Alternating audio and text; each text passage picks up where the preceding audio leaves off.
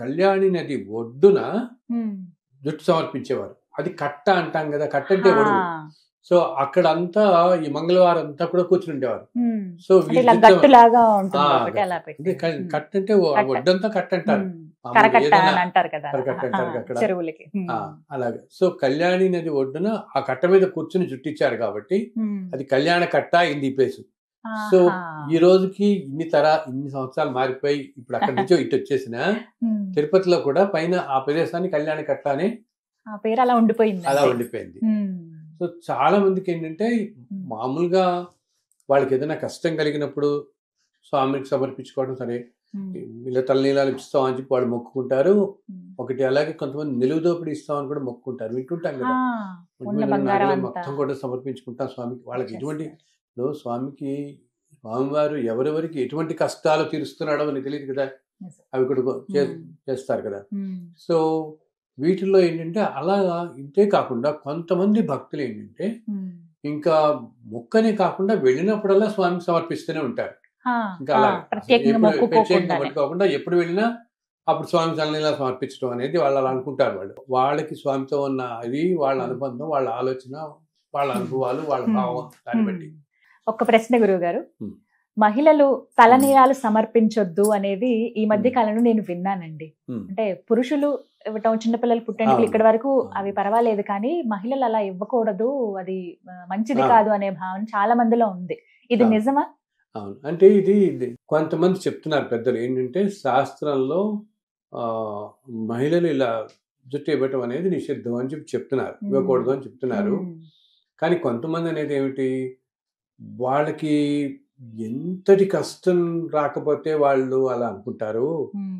ఆవిడికి ఎంతో కష్టం ఉండొచ్చు. సపోజ్ ఎవరో ఒక ఆవిడ ఉంటారు, వాళ్ళ భర్తకి చాలా తీవ్రమైన అనారోగ్యం కలిగి ఆ మనిషి ఇంకేదో చౌబతుకుల్లో ఉన్నప్పుడు ఆయన వాళ్ళకి ఇంకా ఏమీ తోచదు, ఏమిస్తాను నేను, సో అందవిహానం అంటే అహంకారం అంతా నేను అన్నీ నీకు సమర్పించుకుంటాను సర్వం అని అలా తల్లిలా సమర్పించుకుంటే అది వాళ్ళ భావంతో ముడిపెట్టుబడిన అవసరం, అది వాళ్ళు అలా ఇస్తారు.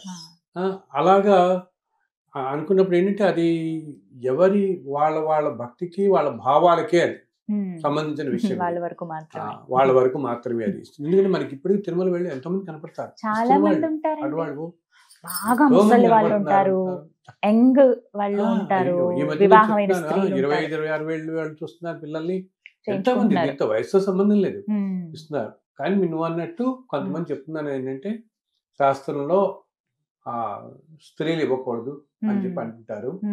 బట్ ఇది ఇందా చెప్పినట్టుగా వాళ్ళ కష్టాలు బట్టి కొంతమంది అలా అనుకుంటున్నారు, చేస్తున్నారు. వాళ్ళకి ఆ స్వామికి ఇంకా భక్తి అది అనుకోవాలి మనం దాన్ని. 3 కత్తులు ఇవ్వటం అనేది కూడా ఒక ఆచారం చూస్తుంటాం కదా, ఇవి ఎందుకు వచ్చింది అసలు అలా? అది ఏమో తల్లి, నేనైతే అనుకుంటాను అది వాళ్ళ సమాధానం పరచుకోవడానికి ఏమనిపిస్తుంది నాకు 3 కత్తులు ఇవ్వటం. ఇప్పుడు దాంట్లో ఉన్న అసలు నీకు జుట్టు పెట్టల్లోనే ఉన్నది. ఇందాకేమిటి నేను మన అహంకారాన్ని, మనకు వచ్చిన కష్టం నుంచి బయటపడినందుకు ఆ మనిషికి అన్నిటికంటే అహంకారం కదా, అహంకారం పోవడానికి ఆ అందం విహీనంగా ఉండడం కోసం మనం జుట్టు మొత్తం ఇస్తున్నాం. కానీ 3 కత్తులు ఇవ్వటం వల్ల మనకి ఏమనిపోతుంది?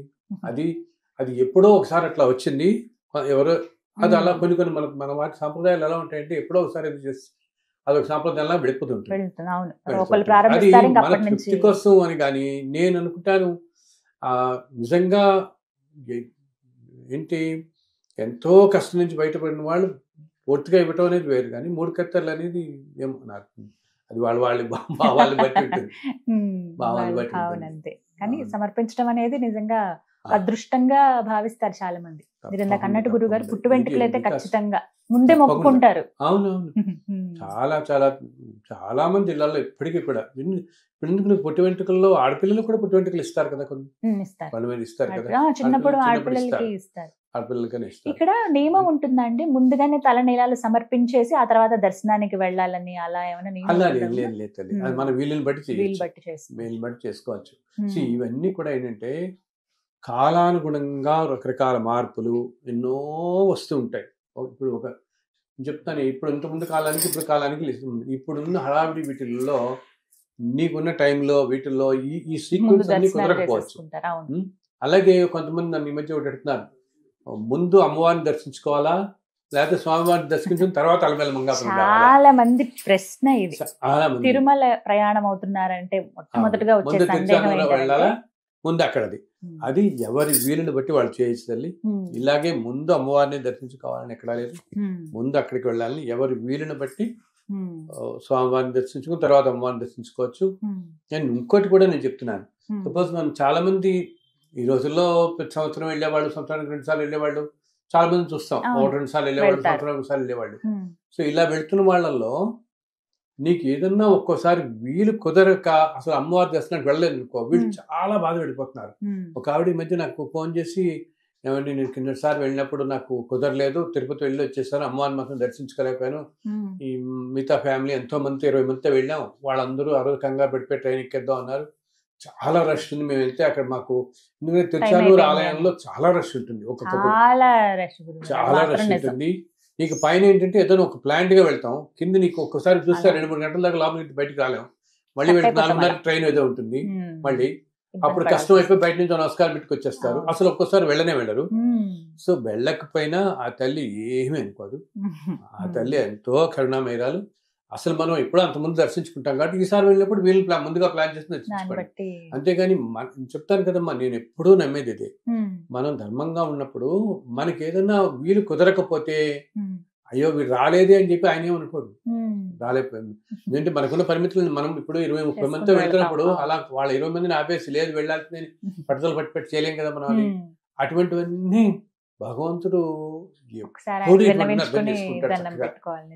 అందుకని మీరు వెళ్ళినప్పుడు ప్రతిసారి కుదరకపోయినా, అంటే కొంతమంది ఏం చేస్తున్నారు, నానా యాత్ర పడిపోయి పైకి వెళ్ళి కింద ఇంకో గంటే టైం ఉంటుంది, ఈ గంటలో పరుగులు ఎత్తేసి ఏదో వెళ్ళిపోయి నమస్కారం పెట్టుకొచ్చేసేయాలి.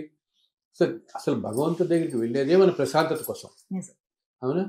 ఈ ప్రశాంతత కోల్పోయి వీళ్ళని నడిచి వాళ్ళని నడిచి వెళ్ళి నీ వల్ల లేట్ అయిపోతుంది, మీ వల్ల లేట్ అయిపోతుందని ఉరుకులు పరుగులు హడావిడి పడిపోయి వీళ్ళని వాళ్ళని తోసేసి ఏదో దర్శనం బయటపడిపోదాం అనుకుంటే దానివల్ల ప్రయోజనం లేదు కదా. దానివల్ల మనసులోనే నమస్కరించుకుంటే ప్రశాంతంగా నీ ట్రైన్ కింద కూర్చొని నమస్కారం పెట్టుకో తల్లికి. తల్లి రాలేకపోయాను, ఈ క్షమించి ఈసారి వస్తానని మనస్ఫూర్తిగా నమస్కారం పెట్టి చక్కగా అనుగ్రహిస్తుంది ఆవిడ. ఎక్కడ ఉండదు. కొన్నిసార్లు తిరుపతి వెళ్ళినా కూడా పైకి కొండపైకి కూడా వెళ్ళలేకపోవచ్చు.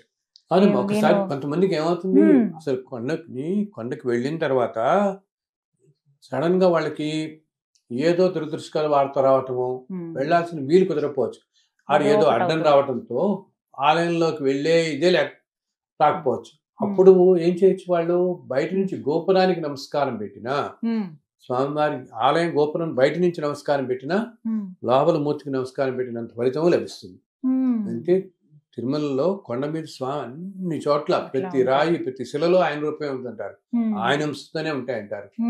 అలాగే మనం అంటామే కొండ మీద ఉండే వృక్షాలన్నీ కూడా మహర్షుల స్వరూపాలే అని ఉంటాం. అసలు ఆయనే అన్ని చోట్ల తిరుగుతుంటాడు. ఆయన కొండ మీద ఆయన లేని ప్రదేశం లేదనమాట.